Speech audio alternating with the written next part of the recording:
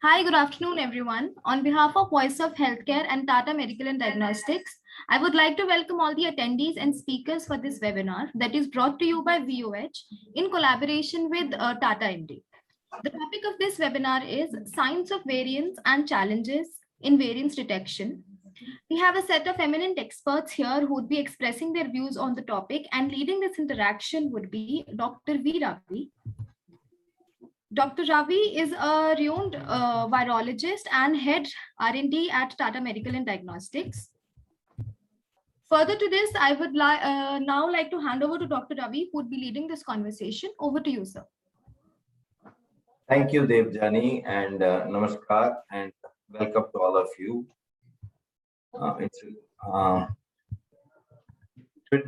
This afternoon, we are having a 1-hour session. The first part of it is panel discussion on the challenges posed by the variants of SARS-CoV-2. And in the last 2 years since SARS-CoV-2 was discovered, we have had many upheavals. It has been a roller coaster ride. Each time people expecting that the pandemic is going to get over.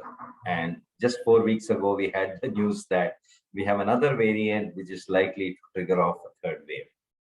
So it's on this background that Tata MD decided to have a knowledge session, also to introduce some of the solutions Tata MD has come up with for express PCR solutions, as it is called.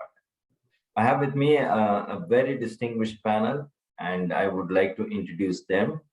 First, my dear friend, Professor Ashok Ratan. Professor Ratan and I go back a long way, 32 years to be precise, since I met him, and we've been together through our journeys in microbiology. He is an advisor for Quality Research and Development Forum, Pathkind Laboratories, and he's also WHO Lab Director for CARAC PAHO. Welcome, Dr. Ashok Ratan. The second expert we have today is Dr. Chaitali Nikam, Head Infectious Disease and Research, Thyrocare Technologies Limited. Welcome, Dr. Chaitali. And the third expert we have today is Dr. Devjani De, Head of Microbiology and Serology, Dr. Dang's laboratory, and she also is a member of the Executive Committee of Indian Association of Medical Microbiologists. So the way we have organized this panel discussion is we have 5 burning questions which will be addressed to each of the panelists, and they'll give their responses. So without wasting time, let me shoot the first question. To you, Professor Ashok Ratan, followed by Dr. Chaitali, and then Dr. Devjani. Why do SARS-CoV-2 variants keep emerging? I think this is a question that is there on everybody's mind. Thank you, Professor Ravi. Genomes of RNA viruses like hepatitis C, HIV, and influenza are usually of 10 kilobases length and have no proofreading enzyme activity. While therefore the multiplication is highly error prone. Genome of SARS-CoV-2, on the other hand, is 3 times as long, and there is an enzyme NSP14 exon N with proofreading activity. SARS-CoV-2 accumulates about 1 to 2 mutations every month. Even though there is this proofreading activity, this mutation accumulation is half of that of influenza and 1/4 of that of HIV. Mutation is a change in one single nucleotide in the genome, in the genetic code. Mutation is called a variant when one or more mutation confers a distinct property on the offsprings of the virus, and this could be interference with diagnostic tests, decreased susceptibility to one or more class of therapy, decrease in neutralization by antibodies produced as a consequence of recovery from infection or vaccination, evidence of increase in transmission, or evidence of increase in severity. In SARS-CoV-2, 4 classes of variants are being monitored. One is called as variants being monitored, which is there are 10 variants being monitored from alpha to zeta. Then there's variant of interest. At present, there is no variant of interest being monitored. Then there are variants of concern, which includes Delta and now Omicron. And then there is fourth will be variant of high consequence. At present, there are no variants of high consequence.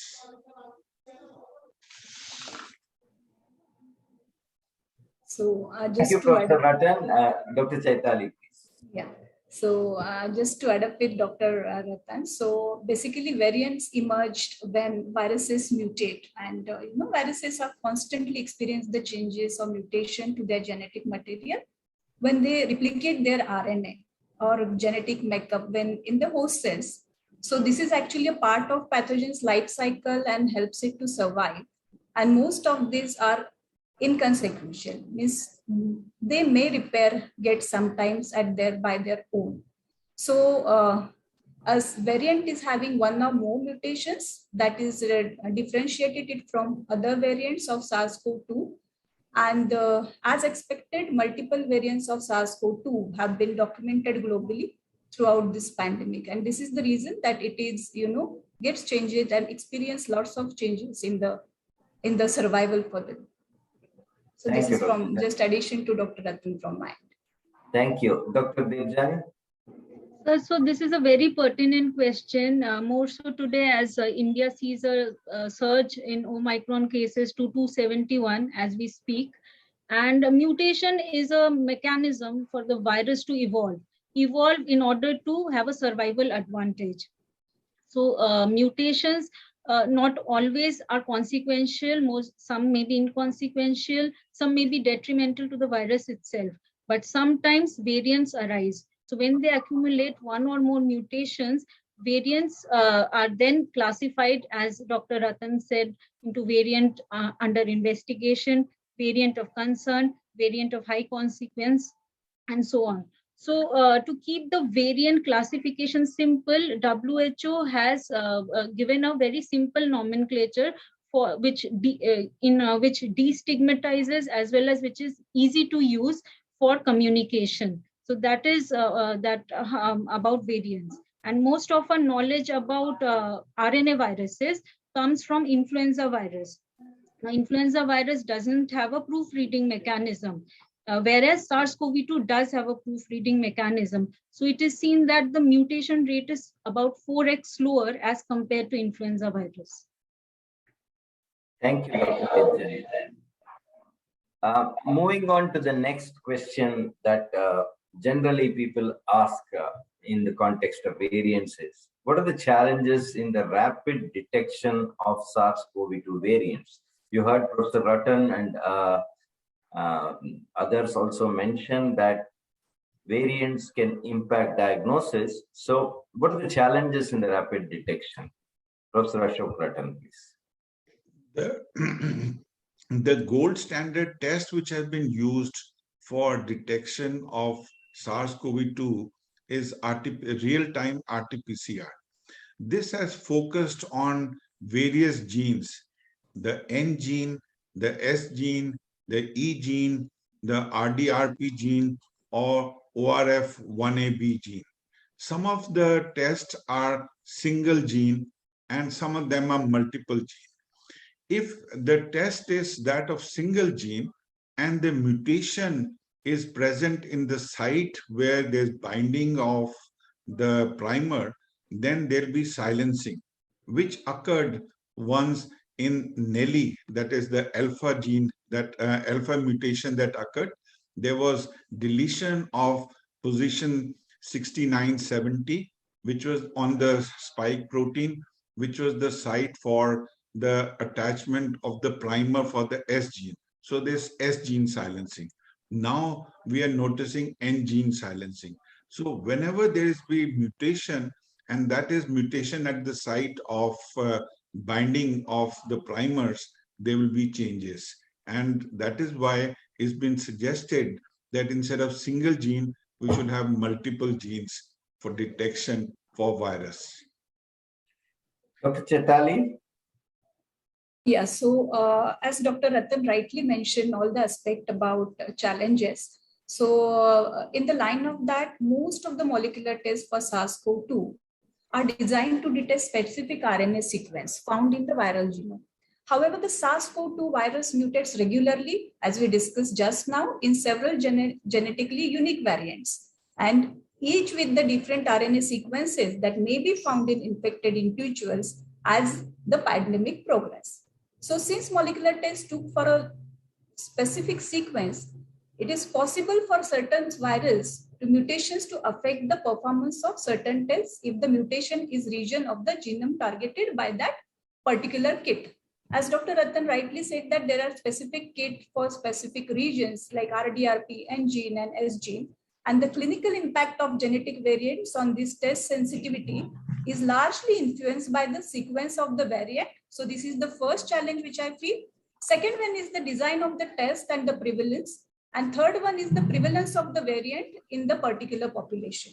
At the end, I would like to highlight the same thing which Dr. Ratan has highlighted, that tests that rely on the detection of a multiple region of the genome may be less impacted by genetic variation in SARS-CoV-2 genome than the tests that rely on the detection of only single region. That is from my end. Thank you, Dr. Chetali. Devjani? So, sir, in order to answer that, the challenges in rapid detection of variants, I would want to divide it into two. Firstly, the current testing algorithm for variants per se is that all samples undergo a molecular testing for SARS-CoV-2, which is the generic test for all SARS-CoV-2, including variants. The step two is, of course, the pending confirmation for genome sequencing. So the challenges could be at both steps. Firstly, the challenge in the molecular assay. WHO has always stressed that you use dual target or multiplex assays and not just rely on a monoplex assay, because this could give you a false negative.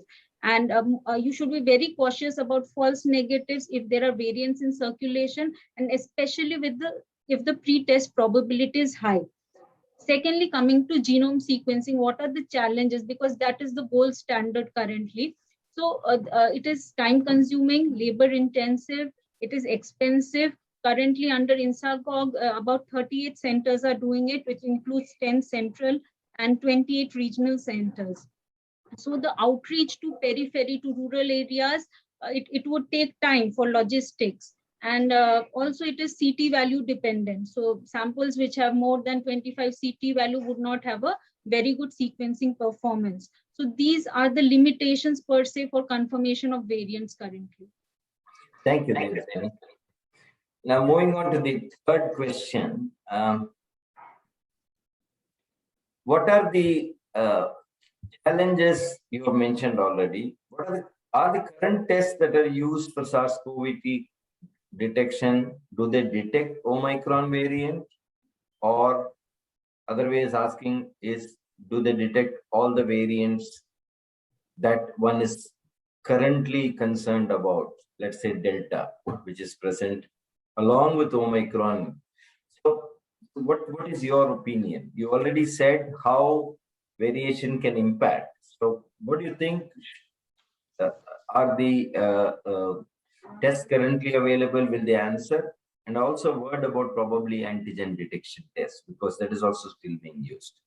Professor Ashok Rana. There are, with the Omicron coming into picture, those tests which depended only on N gene, single gene test like Meridian Biosciences, Tide Laboratories, Applied DNA Science, Lina, COVID-19 assay, these depended only on N gene, they would fail. so that Omicron will not be detected by these tests. On the other hand, if we are using a multi-gene target, multi-gene assay like TagPath or Eldona, then there will be S-gene silencing. When that occurs, that will give you a hint that maybe here now, since there is S-gene target failure, that would mean that there is a mutation in the S gene, and this may be Omicron again. So that is what you would be looking at. At the same time, Indian companies have been working on Delta, and now it appears that GenePath from Pune has been able to develop a test which detects both Delta and Omicron at the same time. They have, of course, multiple genes, and it's only when you use multiple genes would you be able to, one, screen, and second, detect. Thank you.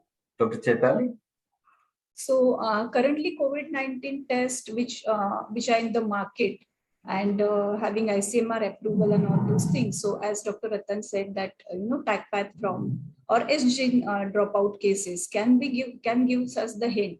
But currently COVID-19 tests are designed and authorized to check broadly for SARS-CoV-2 virus and not specifically for any VOC or VOI. And it is common for all viruses to change and mutate over time and resulting in different virus strains.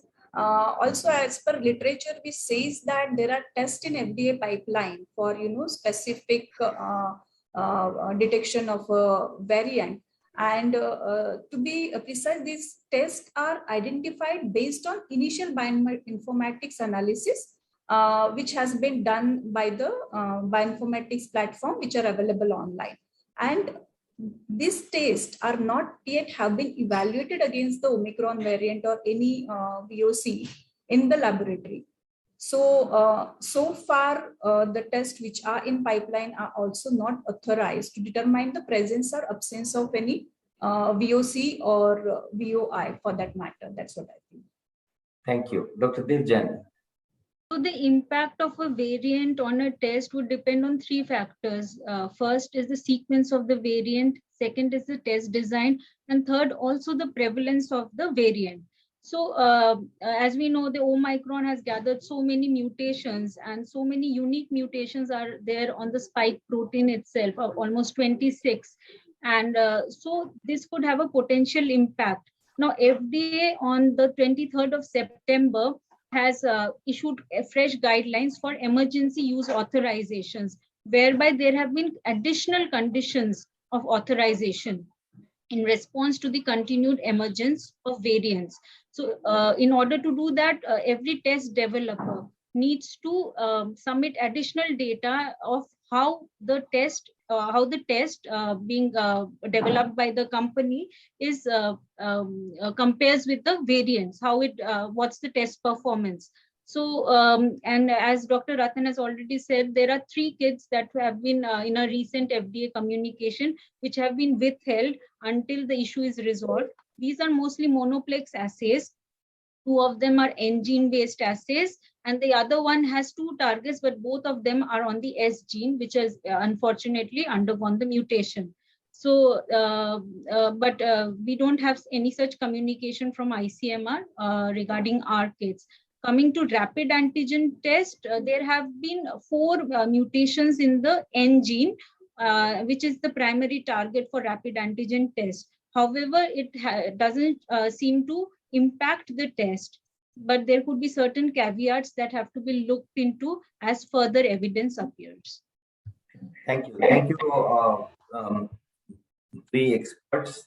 The sum and substance of what you're saying is, as long as multiple genes are used as targets in real-time PCR, and they are designed in a way that they cover conserved regions of the genome, these tests are good enough to pick up Omicron. They will not miss Omicron, not pick up Omicron. They will not miss Omicron.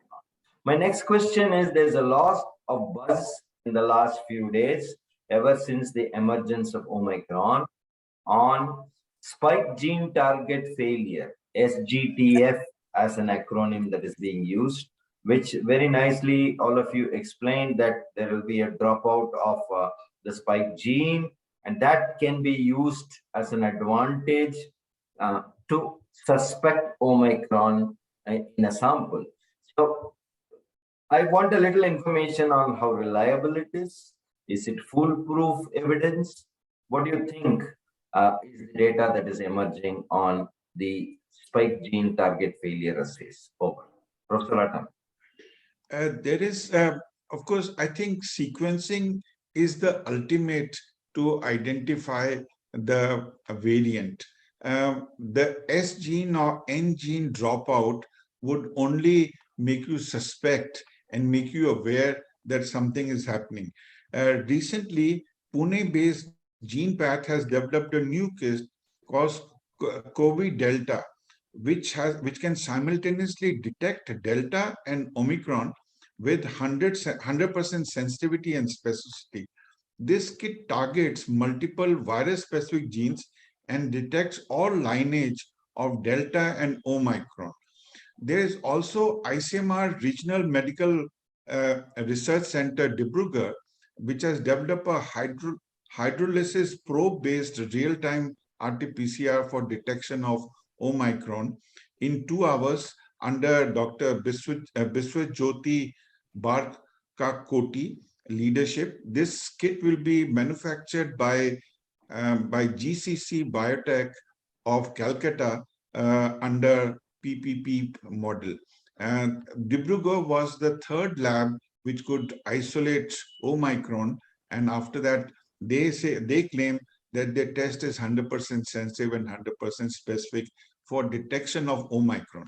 But ultimately, I do agree that it is sequencing which will determine. Though I feel that nanopore sequencing is error prone, so you cannot be looking for mutations in an error prone sequencing sequence. Thank you, Professor Ashok. Dr. Chaitali? Yeah, so just to highlight few of the point which has been mentioned by Dr. Ratan already. So to the basics, the target failure which has been, it's going so far, that is S gene dropout or N gene dropout. So all this dropout may occur due to different mutation in other variant and may not be specific to the Omicron variant or any VOC. So target failure may also be observed without the presence of a mutation in some time in the targeted area due to the sensitivity of genetic target. So therefore, the presence of a target failure detection pattern is definitely having some value, but it's not 100% definitive for confirmation of the presence of the Omicron variant. So for example, if we are taking here one generic target is expected to have a significantly reduced sensitivity due to a mutation in SARS-CoV-2 Omicron variant, which is B112.529. So it is a specific deletion in the spike region of 6970. So which result in S gene dropout and also referred as a S gene dropout failure assays, and where the genetic target that covers the portion of the S gene where the deletion occurs failed to detect the virus. So it may happen in other cases also besides Omicron. Also,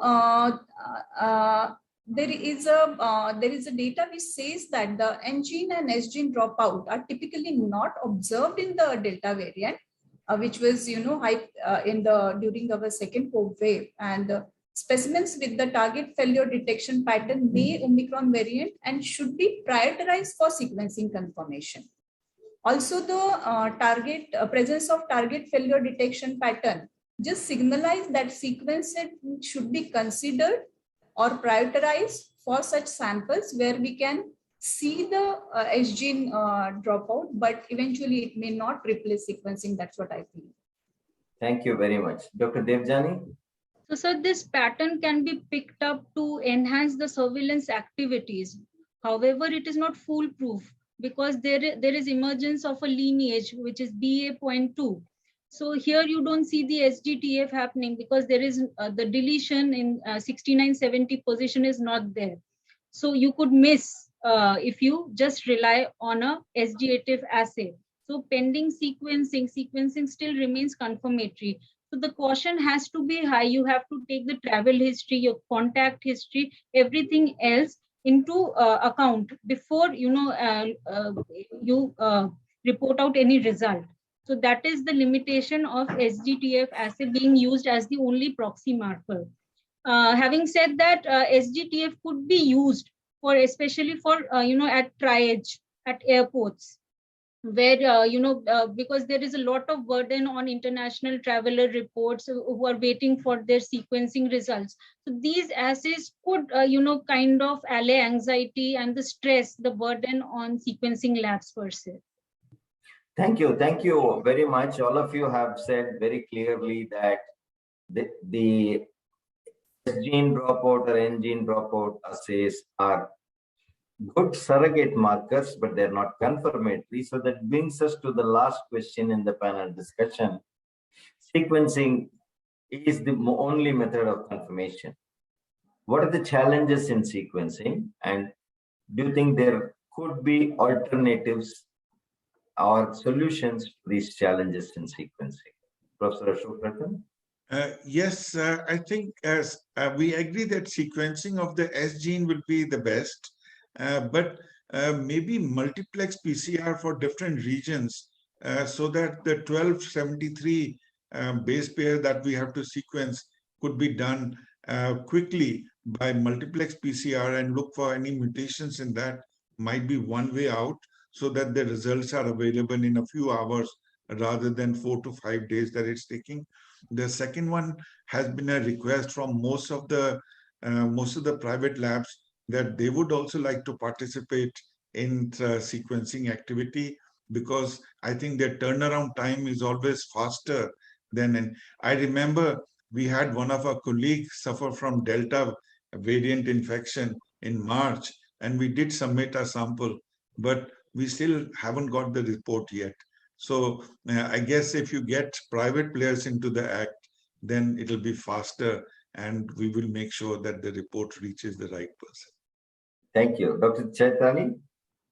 So a diagnostic platform for variant detection on sequencing and are suitable for the use at point of care, such as pore-based technologies, are anticipated to contribute substantially for variant detection process in near future, and being capable of diagnosing variant calling or genealogy and novel mutation detection.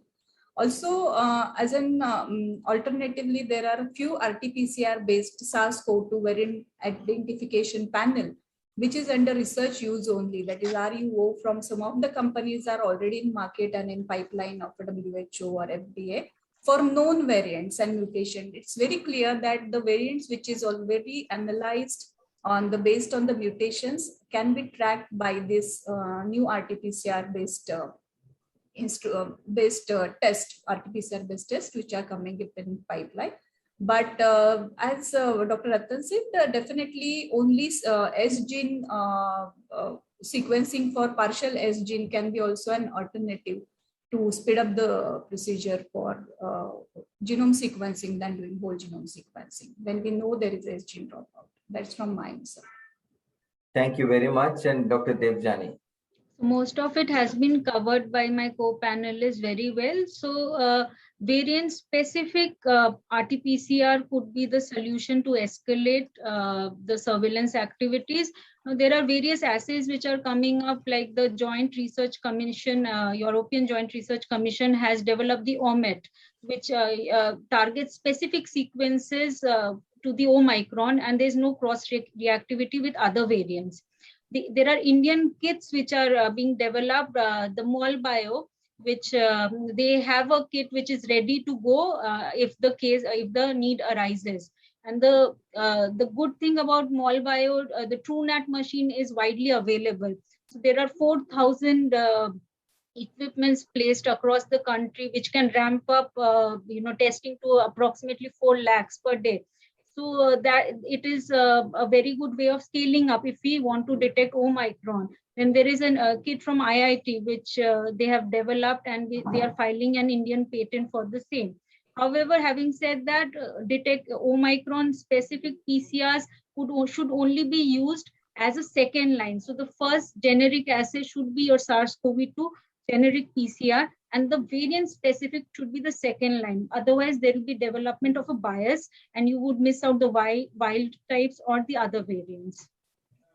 Thank you all very much for a very enriching panel discussion, for informing the audience on the science of variants and the challenges in variant detection. We hope that Omicron will not, for the good of everybody, will not cause as big a wave as the second wave. But whatever indications we have, it looks like it is going to cause a third wave. So let's all brace up for it and continue our efforts in helping diagnosis as microbiologists, and also contribute in a way, hopefully, for development of assays that can, raise to the challenge and help in diagnosing and alleviating the suffering of people. Thank you very much, all of you. I appreciate and value the time that you have spent with us. Thank you. Thank you. Thank you. Thank you.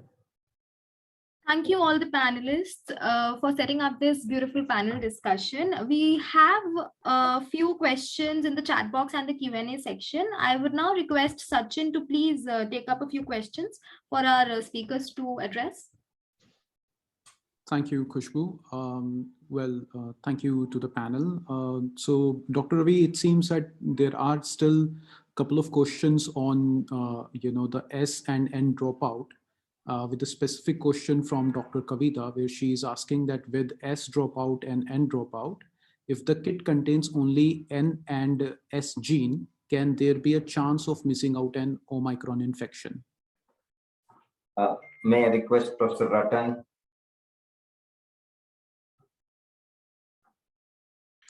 Yes, of course. If the test is only single gene, and there is mutation, there is a nine nucleotide mutations in the N gene, then, as I said, in TIDE as well as in Meridian, the kit, it will report negative. So Omicron will be missed. I just want to add to that.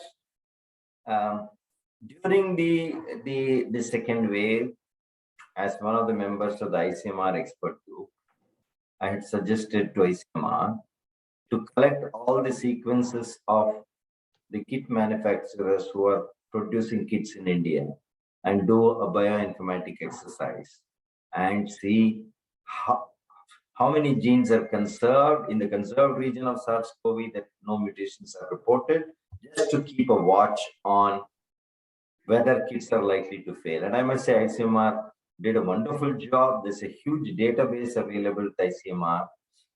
Dr. Nivedita Gupta has done a great job of it. So if any of you have any doubts, you could always reach out to ICMR. Dr. Chaitali or Dr. Devjani, you want to add anything on this question?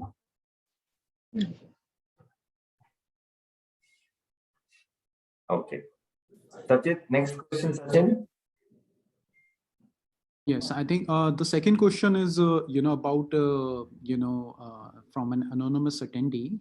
He wants to know that if there is an ICMR issued guideline to use test only with dual gene targets, because as we have seen that rapid tests with single gene targets are being massively deployed at airports. So how risky you think it is, and what can ICMR and all of us do about it? Well, I'll ask all the panelists to take this an important question. Ashok? I think you are the best qualified to answer that. Okay, my own take is, let's apply common sense first and then apply science. More the number of genes in a test being amplified, I think the chances of missing it are less. That's what common sense tells you. And I think it's up to manufacturers to now come up, and a good manufacturer should come up and upfront say, look, I have done the bioinformatics of my particular genes that I'm amplifying, and give a declaration saying that we are variant proof. I think that's the least manufacturers can do for a pandemic situation when so many cases are being reported. So these are my two. As far as I know, there is no ICMR guideline that says you should or you should not use a single gene or you should use a multiple gene. There is no guideline like that. Whether ICMR will take such a call, I don't know. It's up to ICMR. That's my response.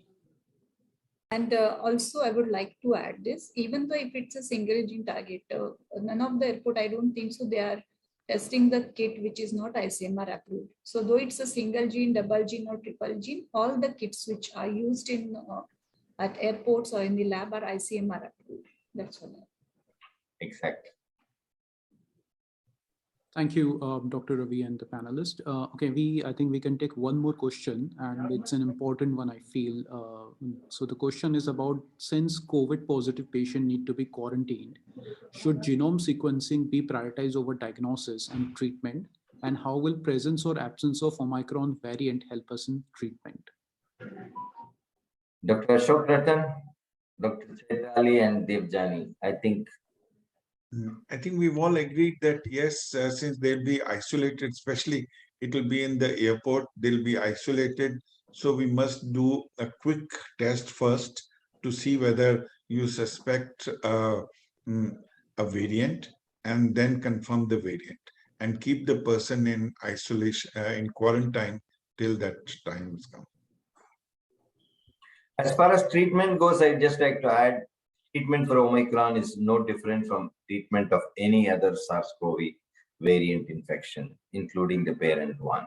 So I don't think it has any implications for treatment. The main implication, as Professor Ratan very rightly said, is, trying to keep the person isolated so that it doesn't spread into the community. But eventually it will get there.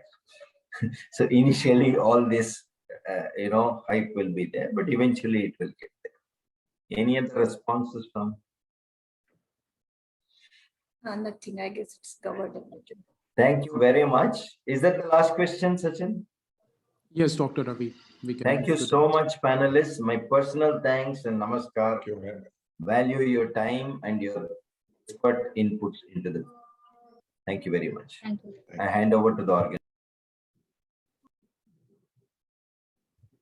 Thanks, Sachin, and thanks again to all the speakers, Dr. Ratan, Dr. Ravi, Dr. Chitali, and Dr. Devjani for putting up this insightful discussion.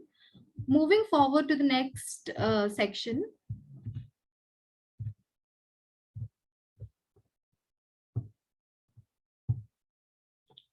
Moving on to the next session, which is a presentation on the topic Solutions for Express and High Throughput PCR Testing, which would be taken up by Mr. Pulkit Kheria from the Product Management team at Tata MD. Over to you, Mr. Pulkit. Thank you, Khushbu. Good afternoon to everybody. I want to thank our panelists for having such a great first session and giving us this time. And thank you all for taking out time on this Thursday afternoon to attend what we feel is a timely and important discussion. In this session, we would like to share with you two of solutions in our portfolio that we feel can have a significant impact in first-line testing for the coming Omicron wave. I will just share my screen. We've prepared a few slides. Please give me a minute. And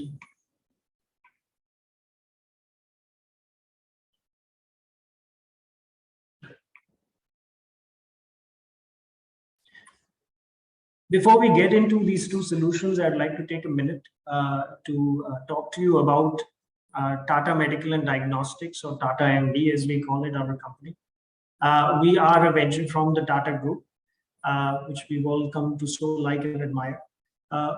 Our vision, we are here to make healthcare more accessible, more affordable, and we believe that diagnostics that is decentralized, that is available to all, is absolutely a foundation stone for such a healthcare system.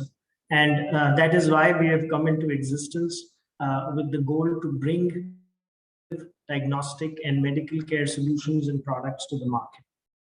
We started off this journey with Tata MD-Check CRISPR, the first scalable CRISPR diagnostic in the world. And then since then have moved on to expand our portfolio to a full set of Rtpcr and antigen tests for COVID, as well as turnkey solutions for managing COVID. We're very much committed to solving the pandemic problem for India and for the world, and we will continue to support the healthcare community in tackling this issue. At the same time, we very much aspire to be a full-service diagnostic products company where we will have a portfolio, comprehensive portfolio that will span, of course, molecular diagnostics, but also immunoclinical chemistry, hematology, and as the technology evolves, whatever else can suit the needs of users in India and in global markets.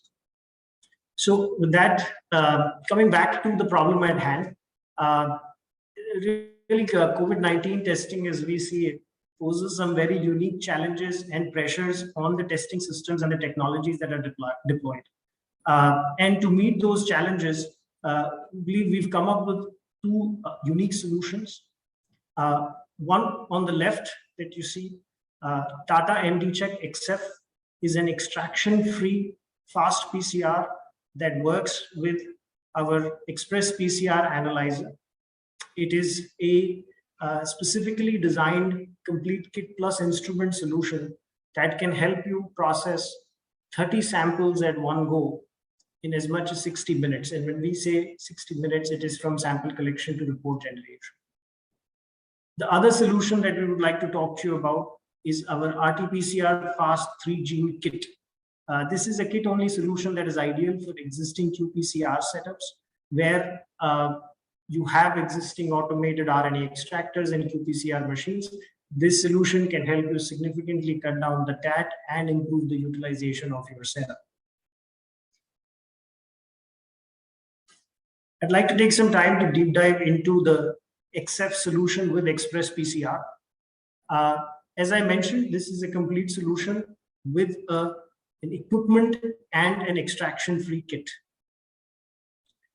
The challenge with current rapid solutions, and this is broadly a challenge in our industry, we've had sort of two polarizing technologies. The point of care technologies have focused more on ease of use. They've focused more on sort of easy operation, fast turnaround time. On the other hand, the lab technologies have focused more on gold standard accuracy, scale, and high volumes. And I think COVID has got us into the situation where the both need to come together. A COVID testing solution needs to have gold standard accuracy. It needs to have easy operation so that it can be deployed close to patient in places like airports, large events, special VIP gatherings, etc. And at the same time, it needs to be scalable. And that is where we think we bring a unique value proposition. The solution that we are offering allows you to process 30 samples at one go in each instrument. These instruments can be easily deployed in parallel, where 5, 6, 7 instruments can be operated from a single laptop by a single operator. That is where we also believe some of the existing rapid solutions are not able to do justice. We have to employ a battery of devices, each with its own interface, which requires huge manpower requirements and very complex operational workflows. Here, none of those issues will occur because all of these machines can be deployed together and operated by a single operator. The underlying platform, the underlying fundamental technology still relies on the tried and tested qPCR or real-time PCR technology. And so the learning curve is much shorter. The workflow is very simple. There is a sample processing buffer that is provided in the kit. The sample needs to be inactivated with that buffer for 5 minutes, and then added to the reaction mix and amplified. That is it. There is no extraction. The only extraction that is happening is liquid-based. There is no use of automated extractors, and the reaction mix itself is a single tube, one-step RT-PCR. Also, the fact that this platform is actually building upon the qPCR technology makes it much more extendable and useful even beyond COVID. Whatever technology we build now, it will be easier to build beyond COVID assays, leveraging a tried and tested technology like qPCR versus something like an isothermal amplification that might require specialized development and lot of de novo R&D. Ultimately, this kit, the next point that I would like to cover, it is a fully multiplex 3-gene kit with an internal control. Our panelists spoke earlier about how having multiple genes does improve the probability of us not missing any variants in the future. So this solution is going to offer gold standard accuracy variant-proof testing, whether it's Omicron, Delta, or any other variant of concern. None of those affect the assay. The next point that I'd like to discuss with you is the capability to collect samples in VTM. Here is where, again, some of the existing rapid solutions add complexity to the workflow, because many of them, in fact, most of them will use a lysating medium, and the lysated sample is not suitable for follow-on sequencing. So should a patient be found positive, the sample has to be recollected. That problem will not occur in the Tata MD-Check except Tata MD-Check Express PCR solution, because you can collect the sample in VTM and continue to send it for follow-on sequencing or for long-term storage. There is no stability issue. So these are some of the advantages that we see in our XF solution combined with our Express PCR analyzer. We believe it's the only scalable rapid testing solution that is available right now to address the needs that might arise should the Omicron wave hit us. And it is ideal for use at near patient crowded settings like airports, large events, offices, workplaces, factories, construction sites, etc. The second solution that we would like to talk to you about is something that is ideal for existing qPCR setups. Labs that have automated RNA extractors, qPCR machines, and are bracing up for an Omicron wave will find this solution very helpful. This is again a 3-gene plus internal control fully multiplex kit, but it comes with a 40-minute amplification protocol post-RNA extraction. This allows you to cut down a batch processing time by anywhere from 45 minutes to an hour based on whatever kit that you're using today. That is, of course, useful in offering faster turnaround times to the patients, but at the same time, once you are under the pressure of delivering a number of tests, something like this can help you increase the utilization of your existing capacity without having to invest in additional capital. So in that sense, the fast solution helps you service your patients better and at the same time realize better utilization of your existing infrastructure, create more impact to help us tackle the Omicron wave. That is the end of this session. And with this, I would like to hand over to the moderator with a final word that we all hope that the Omicron wave does not become as menacing as some of the previous waves that we have seen in the country and across the globe. And we sincerely hope that. But should that happen, these two solutions are our sincere effort to help the country and the globe prepare for this problem of COVID that we hope will be behind us soon. I'd like to hand over to the moderator, please. Thank you all very much for listening. Thank you, Mr. Pulkit, for putting up this presentation together for our attendees. Sure. Thank you, Kushbu. Moving on to this discussion, we have Dr. Saurabh Arora with us. He is the Managing Director at Auriga Research Private Limited. So we'll be presenting on the topic, implementing fast and high throughput COVID testing at airports. I welcome Dr. Arora. Over to you, sir. Hello, and a very good afternoon to all. I hope you can hear me.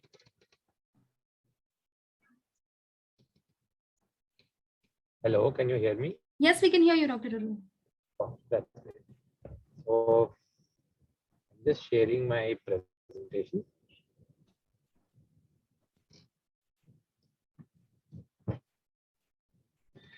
So, I hope the presentation is also visible now. You will have to excuse me. I'm joining I'm actually in transit, so you'll have to excuse me for that.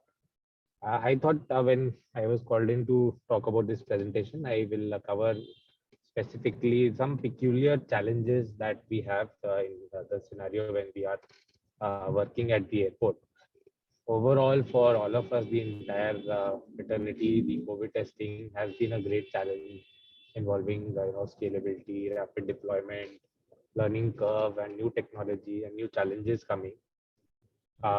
But I'm actually taking this opportunity to talk more specifically on things that we feel are somewhat unique also to the airport environment.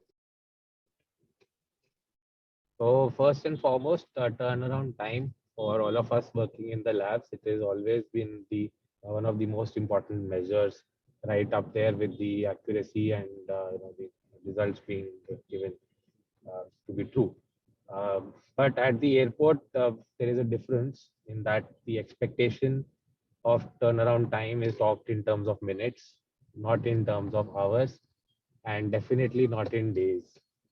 So this has been a big change of the mindset and even the lingo in the lab with the team, that we are monitoring and implementing things with the view of cutting down minutes and improving the delivery. Why is this? Because when the lab slows down, there is a visible and huge impact on the passenger flow through the terminals. We must realize that the airports are not designed to keep people waiting for anything. They are designed for people to move through and out of the terminal very quickly.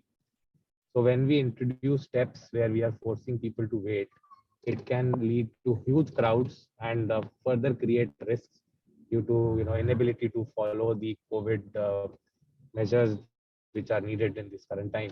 So we have to monitor and implement strategies to manage that very, very aggressively. So obviously in this, the conventional PCR workflow just cannot meet the requirements. We cannot have a lavish 90-minute PCR run and half an hour or 1 hour extraction. So we have to keep on looking for new things. Beyond the PCR workflow, we also have to work on optimizing the passenger registration and reporting, because this is all happening very real time, from the passenger landing to the registration and reporting. All of it has to be done within minutes, and every step adds. And in fact, when we are talking with the terminal team or the government, state government also, the TAT is actually calculated from the first passenger coming out of the aircraft to the last passenger leaving the terminal. So it is a whole new way of looking at it. Then after the different definition of TAT, there is also the issue of highly variable volumes. There are multiple factors which cause this. There are frequent changes in international regulations. Today, some country will say we need a rapid antigen test. Tomorrow, another country will say we need a rapid PCR within 6 hours. Somebody will say we need it 4 hours. Somebody will say 24 hours and all. So sometimes samples will go up, sometimes they will go down. There are also similarly changes in domestic regulations with how the disease is spreading and these new variants leading to increased monitoring and screening of passengers. And these are even now still on the macro level, but there are a lot of micro level fluctuations. Like every day, there are different loads of flights coming in, different number of passengers in each flight. So there is no steady stream of samples per se, and whatever system we use must be able to manage from a very few samples to a very large number of samples while maintaining the same turnaround time and accuracy. Because we don't have the luxury of waiting for 5-6 hours to collect samples, or even 4 hours to collect samples and then run a complete lot. So for this, we need to be able to run small batch sizes and take up samples as soon as they are collected. We should be able to run them. At the same time, we must be able to avoid any wastage, because if we go with the traditional system of the 96 plate and the pre-filled plates and all, which is very good for high throughput, large volume, it immediately becomes a very wasteful and expensive exercise. When you have departure flight, they also needed it to be done within 2 hours.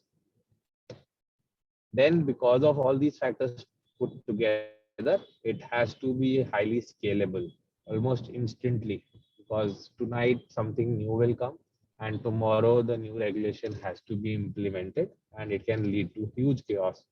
So the scalability should be not only in terms of the machine, but also being able to train the manpower and roll out the skilled people on that workflow, and lab space also needs to be accommodated. We also need huge amount of redundancy, because there is no chance for failure because we are working on such small turnaround times. So for redundancy, it has to be a simple workflow so that the manpower is there. Machines, we need to have multiple sets so that there is no single point failure. Then material supply chain also needs to be very robust so that irrespective of what is happening, we are able to get the kits, because it's very difficult to predict because the volumes are so variable. We can't say, okay, let's keep a month's stock. We have to order stuff every day. So we have to deal with multiple vendors and very efficient sourcing.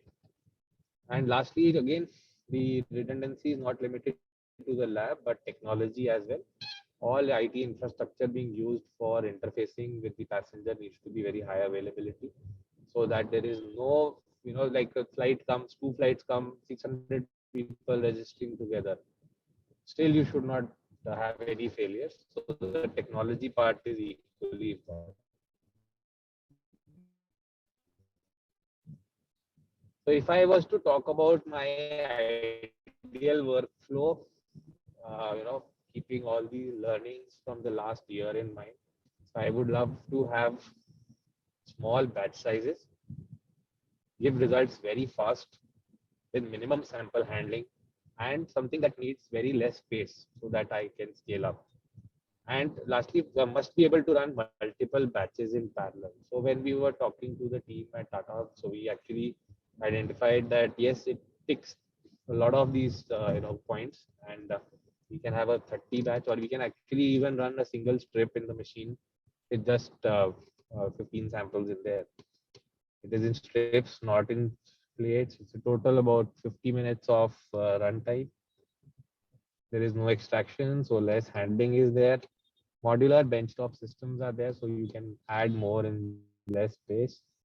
So here are some pictures of what we have together implemented at the airport, and hopefully we will be able to deliver very well with this infrastructure. So here you can see one of the sampling registration areas. In the background you can see the mobile lab.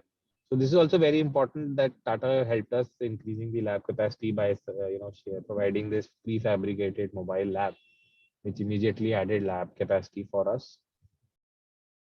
There are some pictures from inside the lab where you can see the 5 systems kept in a very small space. So I don't want to sound crude, but it's about the size of a pressure cooker. And you see 5 systems here connected to one laptop. So yeah, that's it from my side. Thank you so much for the opportunity, and it's nice to interact with everybody and the experts, all of us fighting this situation together. I hand over to the moderators, please.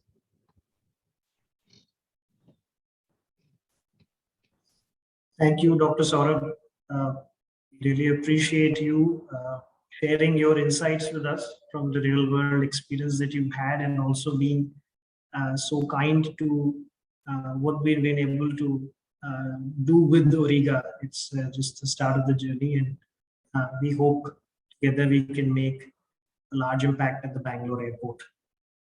I'd like to invite Dr. Ravi to join us for the Q&A session, and would like to invite all our participants to please pose any questions regarding what Dr. Saurabh and us are trying at Bangalore Airport or achieving at Bangalore Airport, or more broadly about the solutions that we've talked about on this event.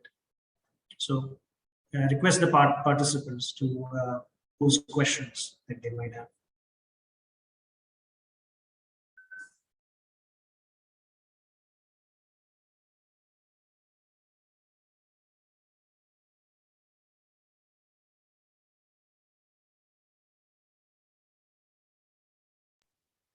So while the questions are coming, I think there is a, I can see, some of the few questions around the PCR analyzer, the express PCR analyzer, and, what has been, experience of using it, at the airport, and especially on the training requirements. I see that there is some few questions around that.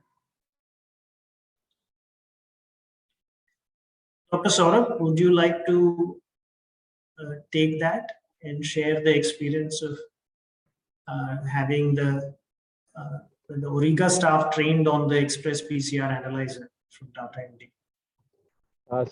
In terms, like I said, in terms of the workflow, it is quite a simple workflow, and the instrument is a very familiar PCR kind of interface that most of the users are used to. So, and over and above that, we've had the Tata team here with us for supporting and for hand-holding and training our team. I think more than 15 days they've been here working day and night alongside the team. So wonderful support from their side. But yes, at the same time, it's quite the simple workflow which anybody who is used to setting up a PCR and running it can very easily do. There is nothing complicated in terms of even the programming of the system or whatever. It's a very simple workflow. Thank you, Dr. Saurabh. There's a second question, which is probably Dr. Ravi, you or one of the panelists can take. It is from Dr. J. Gerard. He says that will CT value will correlate with the severity of the disease due to Omicron variant?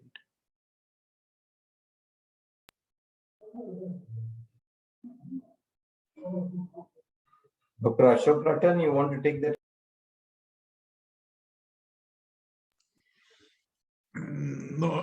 No information about the severity.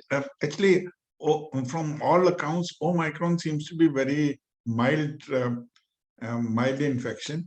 So, but of course, CT value in the past from New York, they had said it correlated with whether a person would survive or not. And I think there was a study from New York which said that if the CT value initial on admission CT value was more than 5 point something logs, then the person would not survive. But besides that, there's been no other study linking CT value with live infection, live recoverable bacteria, virus is there, but CT value with severity, only one study. Thank you, Dr. Bhatt. So there is a question from Sheila Praveen. She is inquiring about if the instruments, the analyzers are available in the market for standalone labs, and the cost of the instrument and cost of each test. Pulkit, do you want to take this up? Sure, I can take that, Sachin. Yes, Ms. Sheila, the instruments are available for standalone labs as well. Regarding the cost of instrument and test, I would request that you can leave your contact here, or you can drop an inquiry on our contact email address, and our sales team will get in touch with you.